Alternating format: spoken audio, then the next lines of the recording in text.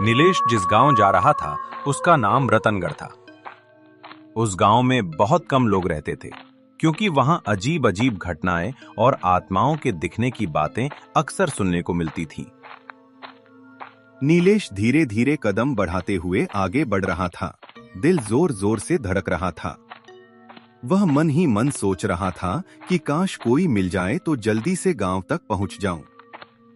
डर के मारे वह बार बार पीछे मुड़कर देख रहा था, जैसे कोई उसका पीछा कर रहा हो। तभी अचानक दूर से एक रिक्शा आता हुआ दिखाई देता है। उसे देखकर नीलेश की जान में जान आती है। वह जल्दी जल्दी हाथ हिलाकर रिक्शा रोकता है और घबराई हुई आवाज में उससे पूछता है, भैया क्या आप मलंगपुर गांव तक चलेंगे? रिक्शा वाला मुस्कुराते हुए बोला, दरअसल मैं भी मलंगपुर की तरफ ही जा रहा हूं। आप चिंता मत करो, मैं आपको सीधे आपके गंतव्य तक पहुंचा दूंगा। उसकी बात सुनकर नीलेश को थोड़ी राहत मिली, लेकिन उसके मन में हल्का सा डर अब भी बना हुआ था। उसने जल्दी से दवाई का पार्सल संभाला और रिक्शा में बैठ गया। रिक्शा धीरे धीरे सुनसान सड़क पर आगे बढ़ने लगा। रिक्शे वाले ने गाड़ी को बहुत सावधानी से चलाते हुए गांव के बीच में आने वाले शमशान घाट की तरफ से मोड़ दिया। तभी अचानक सामने से एक पुलिस कांस्टेबल आता है और हाथ उठाकर रिक्शा को रोक देता है। रिक्शा रुकते ही कांस्टेबल नीलेश को उतरने का इशारा करता है। नीलेश हैरान रह जाता है और उसके अंदर घबराहट बढ़ने लगती है। उसे समझ नहीं आता कि अचानक क्या हो गया। कांस्टेबल रिक्शे वाले को सख्त आवाज में वहां से आगे जाने को कहता है और फिर नीलेश की तरफ मुड़कर गंभीर लहजे में उससे कहता है, यहां से तुरंत चले जाओ और पीछे मुड़कर बिल्कुल मत देखना। यह रास्ता अच्छा नहीं है।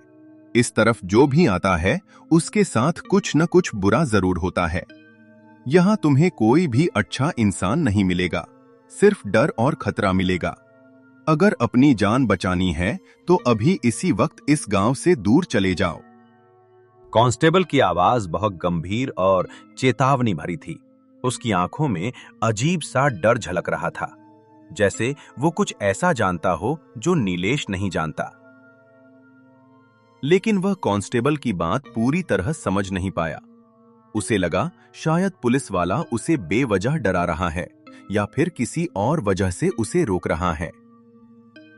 कुछ ही दूर चलने के बाद उसे रास्ते में एक अजीब सा आदमी मिलता है। उसका सिर झुका हुआ था और चेहरा साफ दिखाई नहीं दे रहा था। नीलेश हिम्मत करके उससे जमींदार के घर का पता पूछता है। वह आदमी बिना कुछ बोले दूर जलती हुई एक टिमटिमाती लाइट वाले घर की तरफ इशारा करता है और धीमी आवाज में कहता है, वही जमींदार का घर है। नीलेश जल्दी जल्दी पार्सल लेकर उस घर की ओर बढ़ जाता है। बाहर से घर बिल्कुल सुनसान लग रहा था, लेकिन अंदर हल्की रोशनी थी। वह दरवाजा धकेलकर अंदर जाता है और जो नजारा उसके सामने आता है उसे देखकर उसके पैरों तले जमीन खिसक जाती है। वह कोई घर नहीं बल्कि श्मशान जैसा भयावह स्थान था। चारों तरफ राख बिखरी हुई थी, टूटी फूटी दीवारें और कोनों में पड़े इंसानों के कटे फटे अंग। ऐसा लग रहा था जैसे जो भी यहाँ आया हो उसे बेरहमी से मारकर यहीं फेंक दिया गया हो।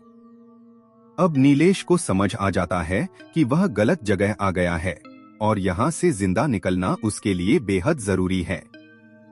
वह घबराकर बाहर भागने की कोशिश करता है। तभी अचानक उसके सामने वही रिक्शा वाला और रास्ता बताने वाला आदमी आ जाते हैं। दोनों उसे घूरने लगते हैं और देखते ही देखते उनका रूप बदलने लगता है। उनकी आंखें लाल हो जाती हैं, चेहरे डरावने और विकृत हो जाते हैं। यह सब देखकर नीलेश के शरीर में सिहरन दौड़ जाती है। उसका गला सूख जाता है, आवाज बंद हो जाती है और पैर कांपने लगते हैं। वे दोनों अब उस पर हमला करने ही वाले थे। तभी अचानक एक तेज और सख्त आवाज गूंजती है, रुक जाओ। उस आवाज को सुनते ही दोनों आत्माएं वहीं ठहर जाती हैं। सामने वही पुलिस कांस्टेबल खड़ा था, वही जिसने रास्ते में उसे चेतावनी दी थी। कांस्टेबल गुस्से से उन दोनों आत्माओं की तरफ बढ़ता है और जोर से डंडा घुमाता है। उसकी मौजूदगी से वे दोनों डरकर पीछे हटने लगते हैं। कुछ ही पलों में वह उन्हें मारकर वहां से भगा देता है। नीलेश डर के मारे वहीं बैठ जाता है और रोने लगता है। वह कांस्टेबल को देखकर पूरी तरह स्तब्ध हो जाता है। कांपती आवाज में उसे धन्यवाद कहता है और बिना कुछ सोचे पार्सल वहीं छोड़कर अपनी जान बचाने के लिए भाग पड़ता है। असल में वह कांस्टेबल भी जिंदा नहीं था, वह भी मर चुका था। इन्हीं खतरनाक चोरों और आत्माओं को पकड़ते हुए उसकी जान चली गई थी।